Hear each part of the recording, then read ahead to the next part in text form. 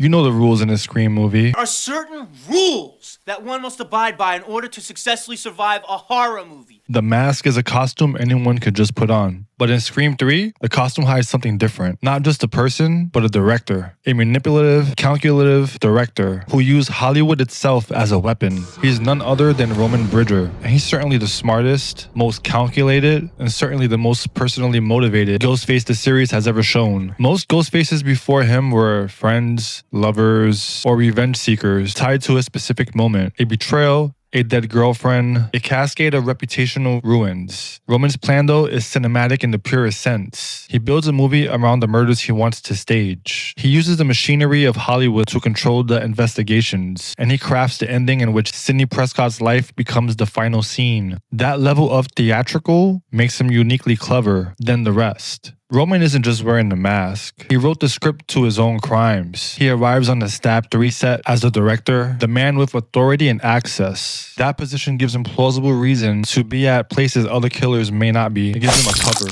A professional temperament that disarms colleagues and investigators. It's a brilliantly practical choice. If suspicion falls on anyone close to the production, it's the director who's most likely to be trusted and least likely to be watched. But cleverness alone doesn't make a killer compelling. Roman's motivations make him terrifying. He isn't only trying to get revenge for a wound in his past. He's angry that the world fell in love with Sidney Prescott, the attention she gained, and the pain that sprung from someone else's trauma. Who is this? It's Mother, Laura. Now be a good girl and turn on the news. Do as Mother tells you. Roman sees himself as the wrong artist ignored, abandoned, and eclipsed. That resentment builds a meticulous campaign to both kill and frame, to ruin Sidney's life while playing God over the imagery of her mother, Maureen Prescott. Oh, I was so pretty.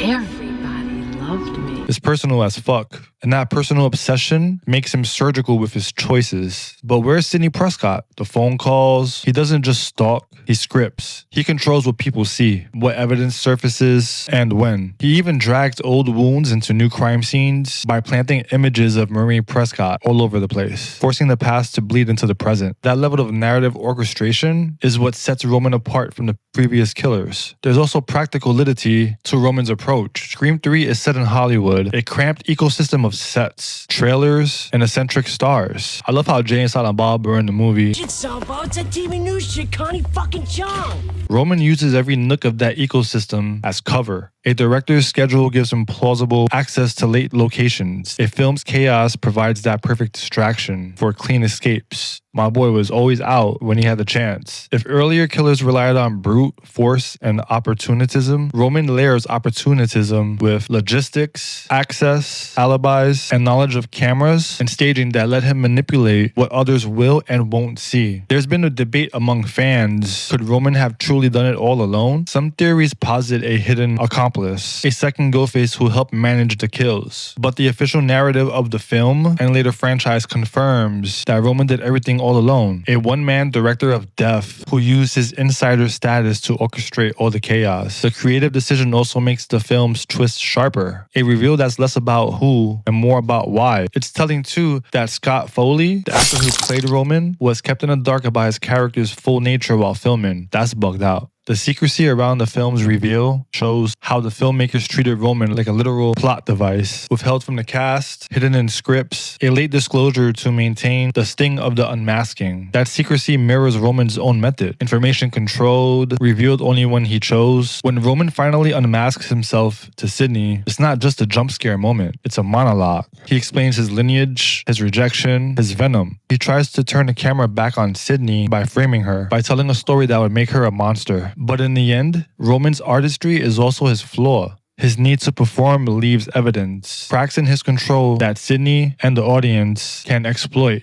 It's actually kind of poetic. The director who staged murders is undone by the protagonist who refuses to be reduced as a role. So why call Roman Bridger one of the most clever Ghostface? Because he reimagined what the mask could represent. He turned the meta-commentary of Scream, the way horror films feed on frame and narrative, into his own weapon. He weaponized publicity, set politics, and the machinery of movies themselves. He wasn't just killing to settle scores. He was directing a story he insisted the world will watch. Roman Bridger proved proves an unsettling fact about Scream 3. In Hollywood, the person behind the camera can be more dangerous than the monster in front of it. When the director is the killer, the film becomes reality, and you never quite trust the camera again. If you like this dive into Scream 3, consider subscribing to the channel for more content.